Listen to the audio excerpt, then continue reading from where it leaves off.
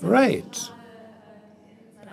As has been said in the announcement, you are responsible for almost every topic that you could put together under our motto this year. So that's why it's so nice that you're here, Karin Prien. Thank you. Welcome to Republica. And let's start with the motto for this year. Yesterday, I was able to interview Klaus Horelmann on this stage, who's just published a new trend study about minors or the youth. And we know that there is a division in the young generation. You could roughly say that young women mostly vote left, young men mostly right. And there's a chapter on politics in this study, which says the democratic center is eroding. So the title of our conversation is Controversy in the Center. How can social dialogue work? And when I read that democratic center is eroding as a result of that study, one thing that they agree on is the frustration with the current situation in politics and government. And if young people do not have the center anymore, what does that mean for the future of society? Well, the finding that the center is getting smaller and the extremes are getting larger, that is not new, not a new finding by this youth study either. It's something that we've seen in many studies in certain societal areas, and sadly we've seen this in the last few years. And I think you shouldn't condemn the young people too quickly. They are quite open. That's also a result of that study. And I wouldn't say that everything's lost. But we have reached a point where the liberal democratic system has to show and prove that it is able not just to solve problems, but also address the things that young people find important and offer solutions. And in an aging society, where the interests of older and old people are in the foreground, this is a real problem. And that's why it's so important that young people are given a voice, and also that there's a real offer where they see they can take part in shaping and contributing, and that they can see that it's not just about what the older people want. One issue where the generations are certainly divided is digitalization, the enthusiasm for digital media and worlds. Older people are dominated by fear and skepticism, and I think the frustration in politics is partly based on that, perhaps. Do we lose young people maybe because we haven't had a digitalization that is oriented towards the citizens? Yes, I think we can say that firstly, in terms of technology, we are lagging behind. There is a fear of digitalization. Data protection is a huge problem because we talk about risks before we talk about opportunities, which other countries see quite differently. And we have to make sure that we don't repeat that mistake with AI. As a society, we have to try to become more friendly towards innovation, so that we don't always lag behind. And this also involves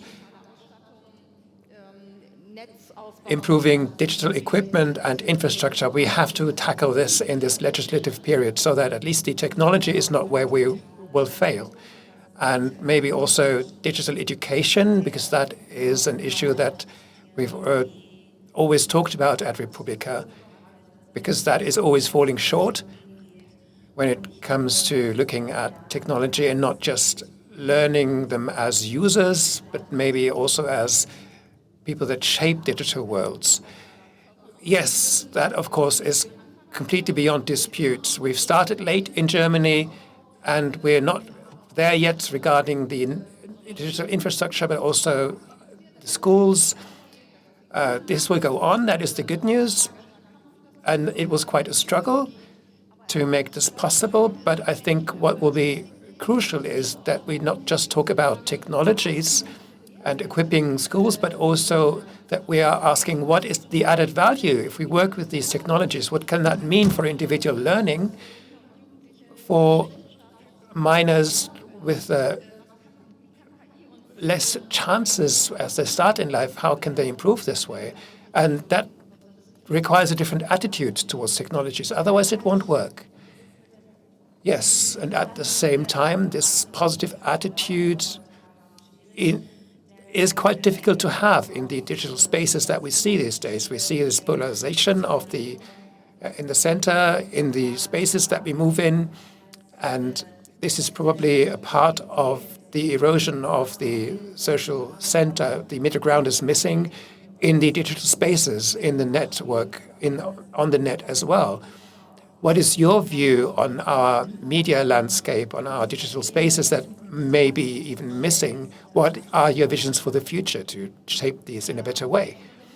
Well, extremists have a huge interest in polarization. That is one of their tools to destroy the liberal democracy. And social media platforms, sadly, are very capable of doing that and destroying society. We all know this, of course. For one thing, through algorithms, but also I've never seen as much misogynism that I've seen in digital media. No one in the analog world would behave towards me in a way that people keep behaving towards me on social media. So I do believe that, in principle, the same rules would apply, the same as in the analog space, but we all have to contribute to start a differentiated debate on social media. That hardly does happen, does it? People that try to speak out in a differentiated way are being destroyed from both ends.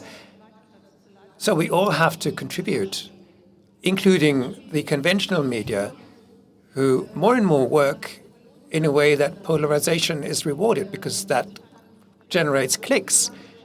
So without taking responsibility for all of society, it is in our hands. And we have to look very closely how extremists from the right, but also Islamists, how they use social media for their very crude theories and their extremist positions, how they get these towards mostly younger people. And we need more regulation for that. More regulation and perhaps more of an attention or support, new approaches for the spaces that maybe the ones we already have, or maybe alternative offerings that aren't yet used enough. We've had this debate yesterday asking what kind of commitment perhaps we need from politics or from the public sector to build up spaces in the so-called Fediverse, in the decentralized spaces, and popularize them, create more attention for the alternatives.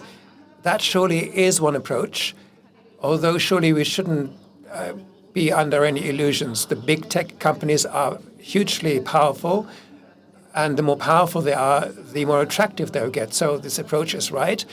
Digital sovereignty is so important. Open source is very important. That all has to be supported.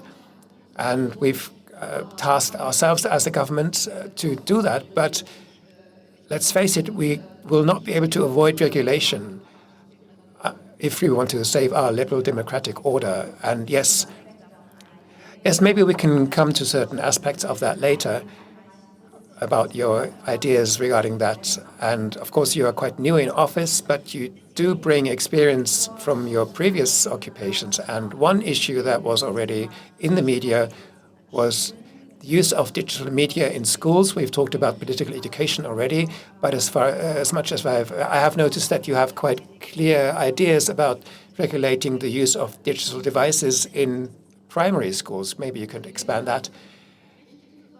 I think it would be important to say that we can only do this together with the parents and the teachers.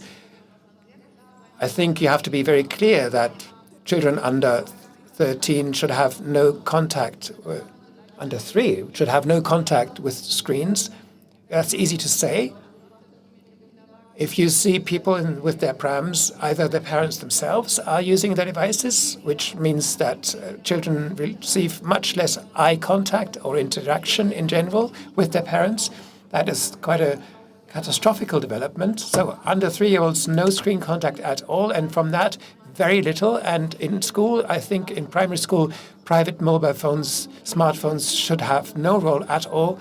Media education has to take place. They have to be put in touch with devices, but we're talking about private smartphone use now.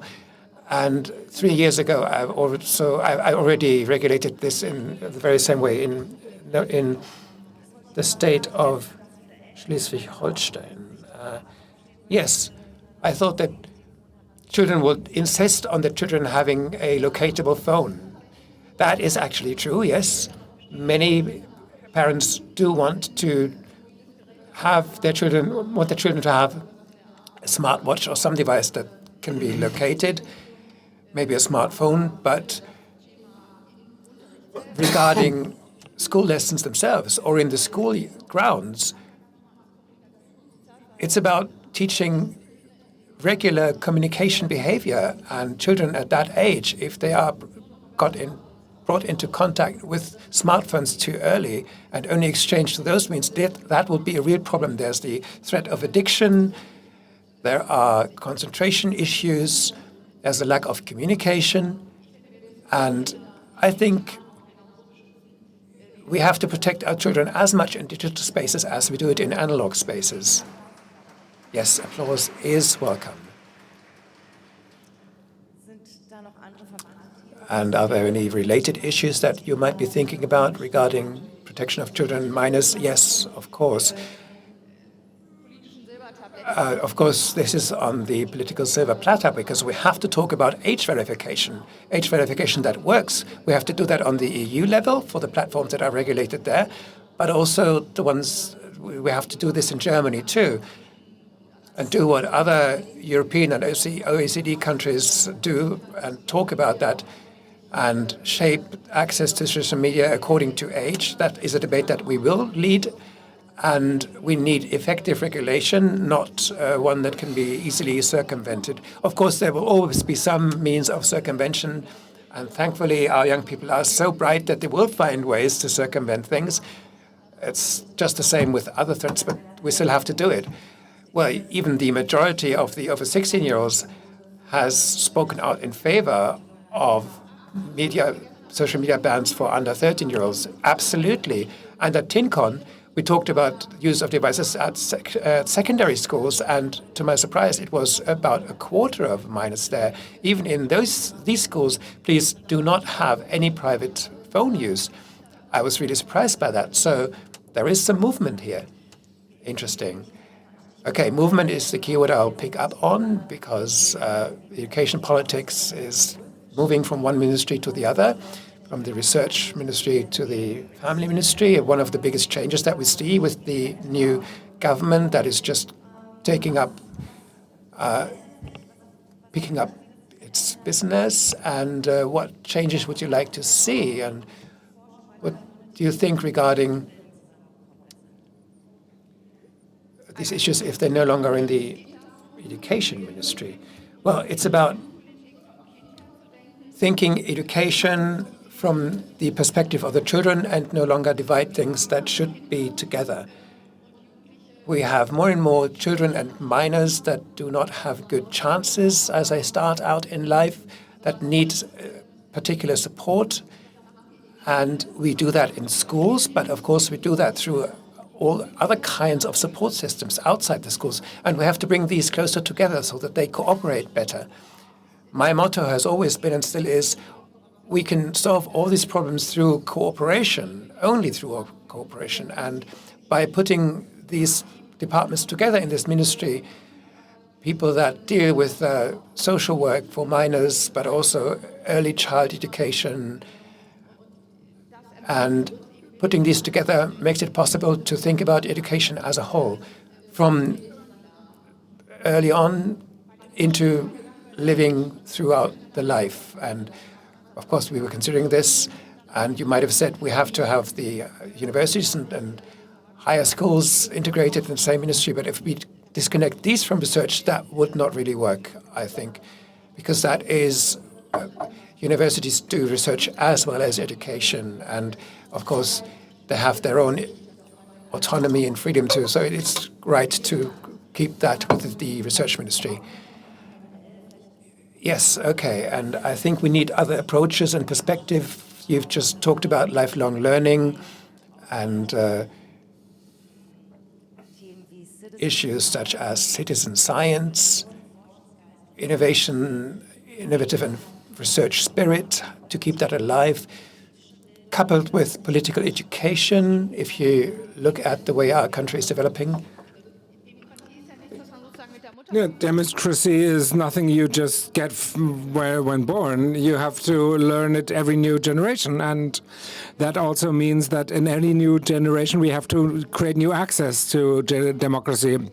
And if you live in a digital world, in a world that innovation makes the decisive factor in a competitive world, especially towards autocratic regimes, it is absolutely my duty as a minister for research, and I have to ask, it's absolutely my duty to ask, how does digital learning look like, and work with forecasts and try things and to generate better practice and then bring new things into the world. And digitalization gives us a huge, incredible chances to that, and we should use them. We had a quick offstage conversation with Andreas Gebhardt, and he said Republica is a place of hope. We have great initiatives such as the Constitute, who takes the Fab Mobile to rural areas in eastern Germany, and inspire young people for digital innovation and keep them away from right-wing organizations. And at the same time, we have the feeling that it's it's not enough. And if you see how the right wing organizes to bring back to the title of the topic of the talk, the statistics of how the AfD is being gaining traction, and young people being arrested for creating a terrorist cell. So you're the first minister, I think, that has a Holocaust, where the family has a Holocaust background, as a Holocaust survivor. How do you feel?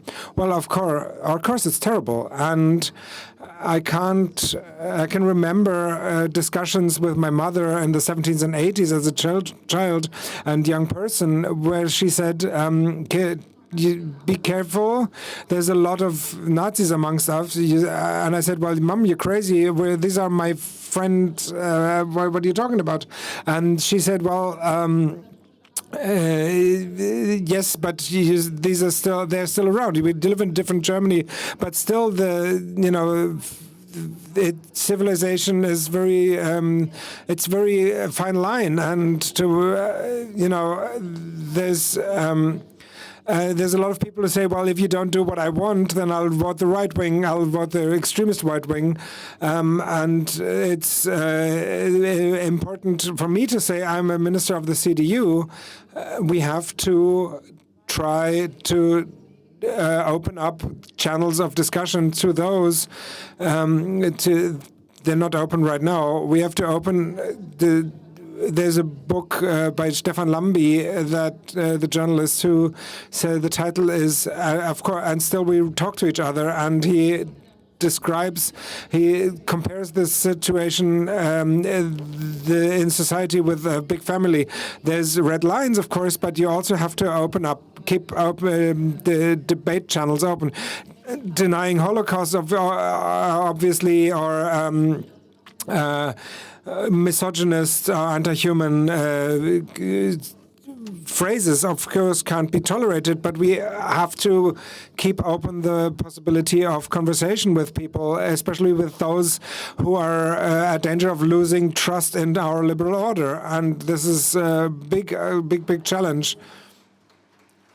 And as a minister,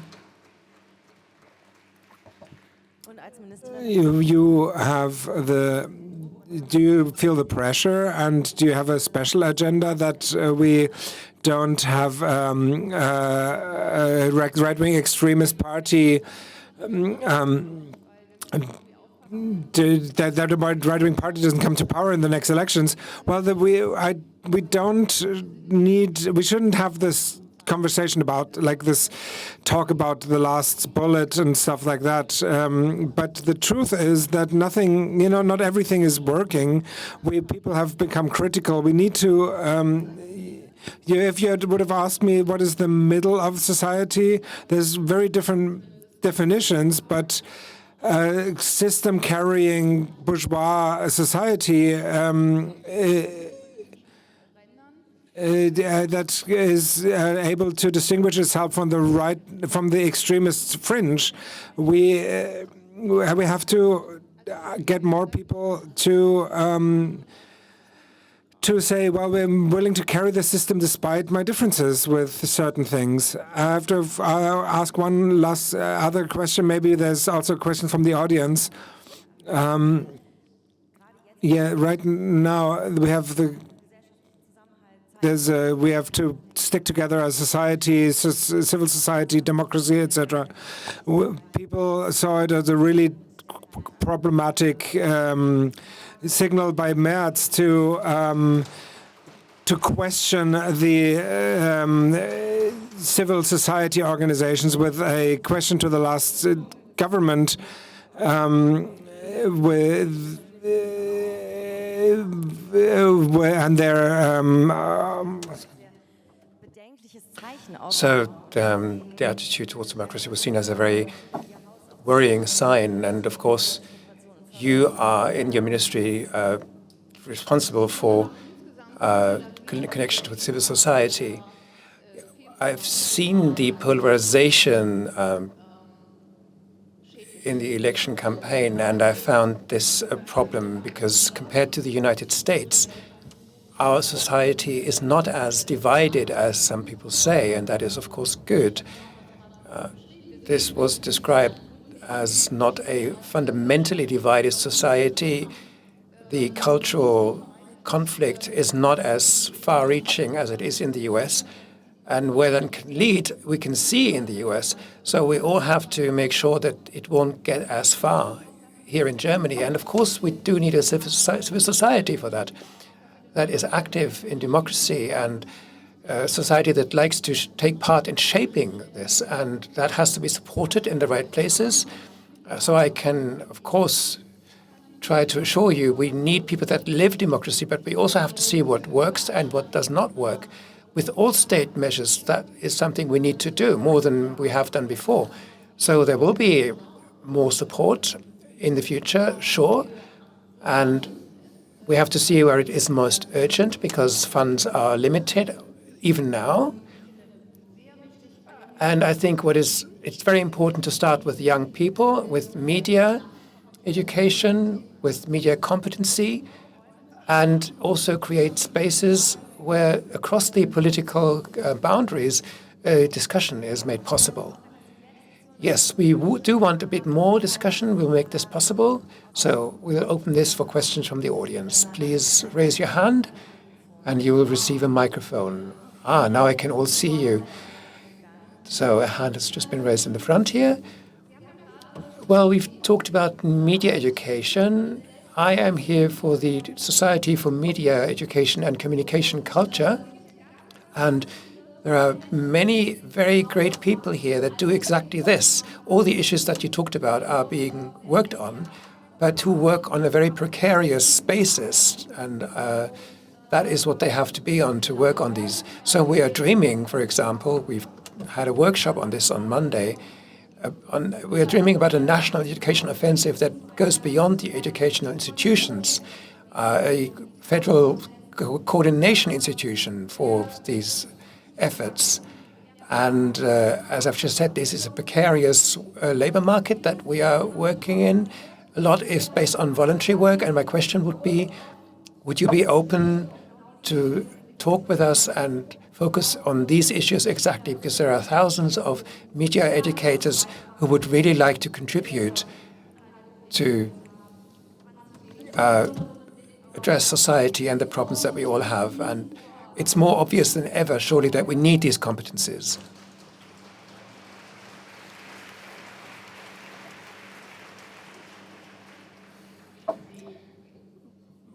Well, that is a very justified question.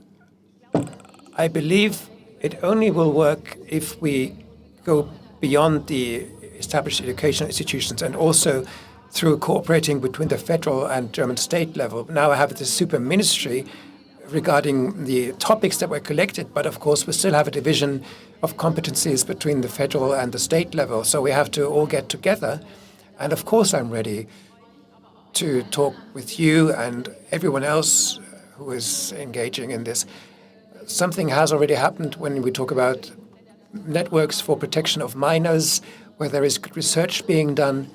So a lot of things are on the way, but of course we will talk, and I do share that it's now more obvious than ever that this is needed.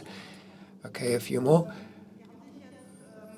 You have picked 2 letters from the long list of letters in your ministry, which was education and youth, and I would like to come to one of the Fs, which is Frauen, English women. I am a member of the Association of Female Journalists, and I think that many networks and institutions exist that are very worried about a backlash when it comes to women's rights, equal rights, and I would like to know what your focus is there. Yes, thank you for that question. Well, I can say that I'm no less worried than you are regarding a rollback that we already feel it is here. And regarding education and media and protection of minor, I talked about these issues because those were the questions, but I do believe that we have to pick up the fight against this rollback, and there will be none of that rollback in my ministry, that's for sure. The rights that have been achieved for women, but also others, other groups that you mentioned, will be tackled. But I think my task in terms of society and politics is that we do not just perceive us as a collection of minorities. And by the way, women are not a minority at all, to be very clear about that. So we have to understand what actually unites us. And that is something we need to debate because it's not self-evident. So regarding a politics and society from the center that tries to create more acceptance, also of minorities that still feel discriminated against and partly really are. And what we have achieved, of course, we have to defend, and that will not be easy. I agree with that. I'm so sorry, but sadly we've run out of time. I would suggest, Mrs. Prien, that you come back and we'll answer all the remaining questions. Thanks so much for being here today.